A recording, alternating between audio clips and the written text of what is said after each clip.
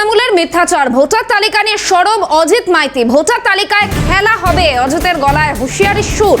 SIR নিয়ে ভয় পেয়েছে তৃণমূল, কটাক্ষ বিজেপি।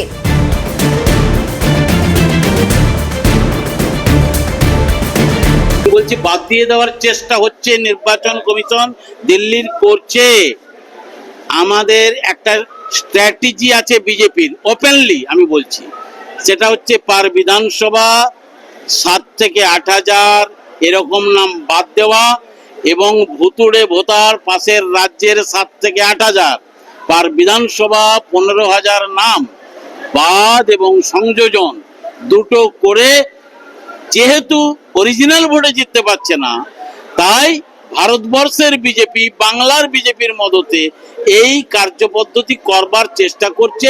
এটার বিরুদ্ধে আমরা আমাদের বিএলএদের সচেতন করলাম। এটা কেন্দ্রের নির্বাচন কমিশনের ত্রুটি।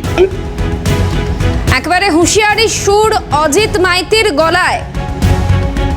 ভোটার তালিকা নিয়ে সরব অজিত মাইতি।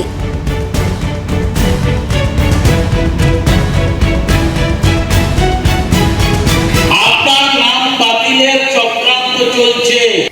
আপনার বুথে হয়তো কেউ 15 দিন বাইরে গেছে, 1 মাস চিকিৎসায় গেছে কিংবা কাজে গেছে। খুব কৌশল করে বিজেপি, সিপিএম, অন্যান্যদের প্রতিনিধিরা ভাগ 7-এ এই নামগুলো জমা করে দেবে এবং একদিন এন্ড অফ দি ডে, দিনের শেষে দেখবেন আপনার তালিকা থেকে নাম বাতিল হয়ে গেল। আপনার কিছু করার থাকবে না। একেবারে ভোটার তালিকা নিয়ে সরব অজিত মাইতি, তার গলায় হুঁশিয়ারির সুর। তার বক্তব্য শোনালাম এবং সাফাইয়ের সুরে তিনি ঠিক কি জানিয়েছিলেন তাও শুনিয়েছে আপনাদের। পাল্টা বিজেপির তরফে ঠিক কি প্রতিক্রিয়া মিলেছে দেখুন।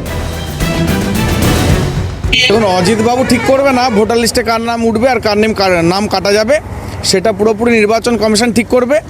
এবং 7 দিন 15 দিন 1 মাস কেউ বাড়িতে না থাকলে তার ভোটার লিস্টের নাম কাটা যাবে, এটা একদম মিথ্যাচার। এটা তৃণমূল ভয় দেখিয়ে ভোট করাতে চাইছে।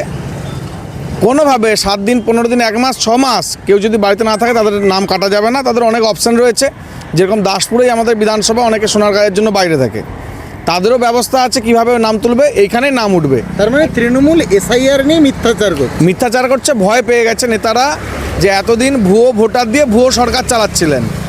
এখন ভোটার লিস্ট যদি কারেকশন করে ঠিকঠাক হয়ে যায় তো ওদের ক্ষমতা থাকবে না। ওটা বুঝতে পেরেই ওরা এরকম করে একটা বাতাবরণ তৈরি করার চেষ্টা করছে।